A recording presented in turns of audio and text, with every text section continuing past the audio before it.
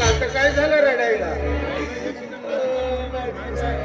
माझी आत्या सोडून देवा घरी निघून गेली म्हणून रडते. हो, किती चांगली होती माझी आत्या. आजी तुम्हाला माहित आहे तिने लकवा मारला होता, तिने शुगर होता. तुम्हाला कितीतरी जा म्हटलं की दवाखान्यामध्ये घेऊन चला, पण तुम्ही अजिबात तिला दवाखान्यामध्ये नाही नेल्या. अगं हे बघ, अगं तू किती काळजी घेत होतीस नाही का?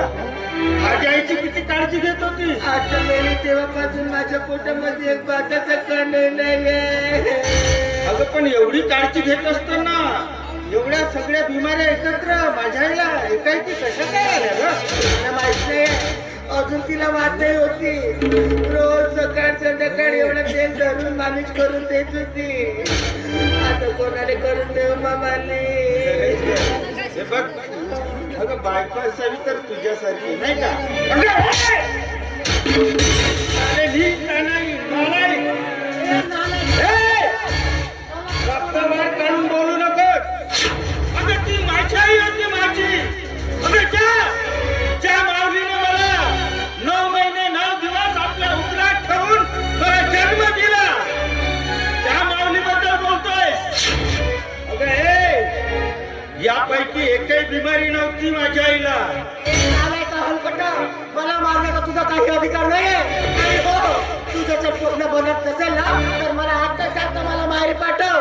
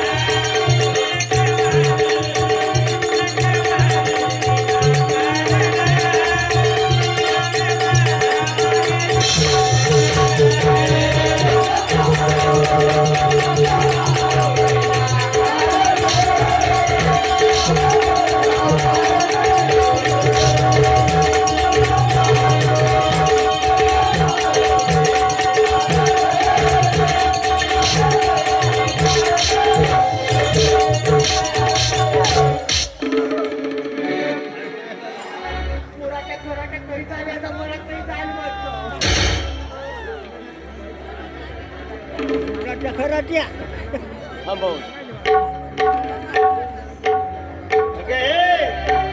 नीच आली नालाई, तू इथं राहतो म्हणशील ना, तरी मी तुला ठेवायला तयार नाहीये. आणि तुझ्यासारख्या स्त्री सोबत मी संसार सुद्धा करायला तयार नाहीये. आणि तुम्ही जर मला किती काही जरी आपल्या ग्रह म्हणत असाल ना, तरी या घरामध्ये मी एक क्षणाची राहणार नाहीये, समजलं. आणि हो, या घरामध्ये आहे तरी काय, हा? नाही नाही, तुमच्याकडे पाहून राहते का मी, हा? समजलं, अजिबात नाही राहणार आहे. आणि हो, अगं तुला ठेवणार तरी कोण आहे? अगं तू इथं राहतो म्हणशील ना, तरी सुद्धा मी तुला ठेवायला तयार नाहीये. नाही ठेवाल तरी कसे? माझ्या पप्पाने 5 लाख रुपये गुंठा दिला तेव्हा कच कच कच कच खाल्ल्या पूर्ण पैसे. आता पैसे सरून गेले तर जा. तुझ्या बापाने उपकार केला नाही माझ्यावरती, 5 लाख रुपये हुंडा देऊन. अगं या समाजाची रीत आहे हुंडा देणं आणि हुंडा घेणं. मग या तुझ्या बापाने जगा वेगळं काय केलं? काय केलं जगा वेगळं? अगं म्हणून तू अशी नालायक आणि निस्त्री होतीस म्हणून तुझ्या बापाने माझी निवड केली आणि माझ्या घरी आला आणि म्हणाला, ओ भासाची माझ्या मुलीला पदरात घ्या. अगं अशी लावारिस आणि बेवारीस सच्चल म्हणून वाटलं नव्हतं मला. लावारिस तुमच्यासारखी नाही, भिकाऱ्याची अवलाद. हा, माझ्या बापाची